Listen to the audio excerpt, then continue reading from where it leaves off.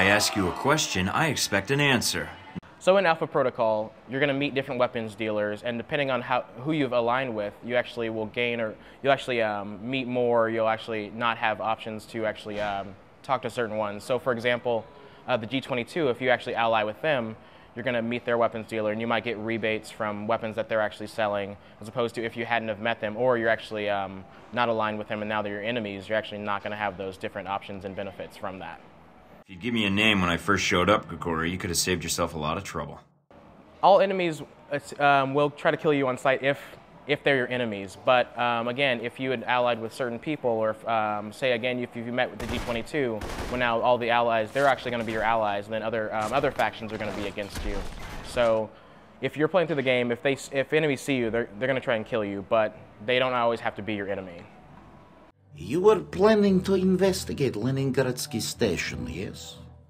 In Alpha Protocol, there's going to be there's always going to be somewhere that you need to go in the game, but there's many different ways to get through it, and it's all based off of how you've leveled up and your stats. So you can run through a level just with your guns all out, or you can put a lot of points and level up in things such as stealth and infiltration and sneak around and go through a level. So there's a place to go, but there's many different ways to get there. Maybe do a little business with you. I'll think about it.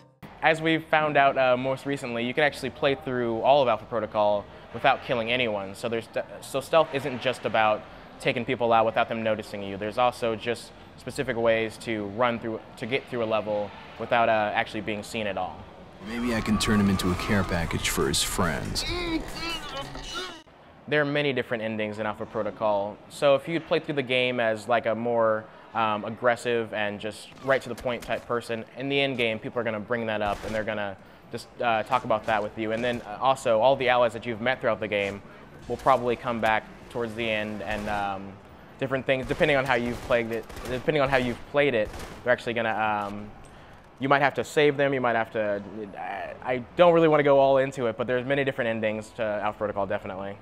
You are here conducting an investigation. There's no way to actually max out your character in Alpha Protocol. You go through the game, and you'll never actually fully max out your character. But as you're leveling up in your skills and you're putting points in, say, pistols and such, you're going to gain accuracy. You're going to gain more critical hits and that kind of stuff. You're going to gain skills for those. But you'll never be the super strongest person ever. The AI is also leveling up as well, so it's going to be a little bit easier as you get towards the end. But there's still you're not going to be just unstoppable. Well, we decided to not let the player max out their characters. So one for the replayability, and you can as you go through the game, you actually get you get an option to have 3 different sets of skills that you can max out, that you can try to max out throughout the game. It's a lot of it's for the replayability, and for the we don't want the character to be uber strong, just have everything all through one playthrough. We want the player to actually definitely play the game over and over, play a lot of different ways, and just kind of see all that they can do. Fair enough, Mr. Thornton. There's about 120 hours of dialogue that we recorded for this 30-hour game. So, I mean, you can see that you're not going to be able to get through everything in your first playthrough. In addition to just the regular difficulty settings, we also have a recruit version of the game, which you play through it, and it's kind of like the hardest hard mode, in which you actually have a lot of different options for your recruit.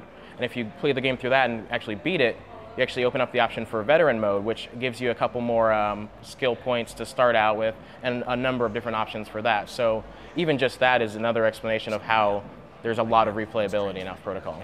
Excellent. But if you want my repeat business, it'll be a little less than your asking price. Fair enough, Mr. Thornton.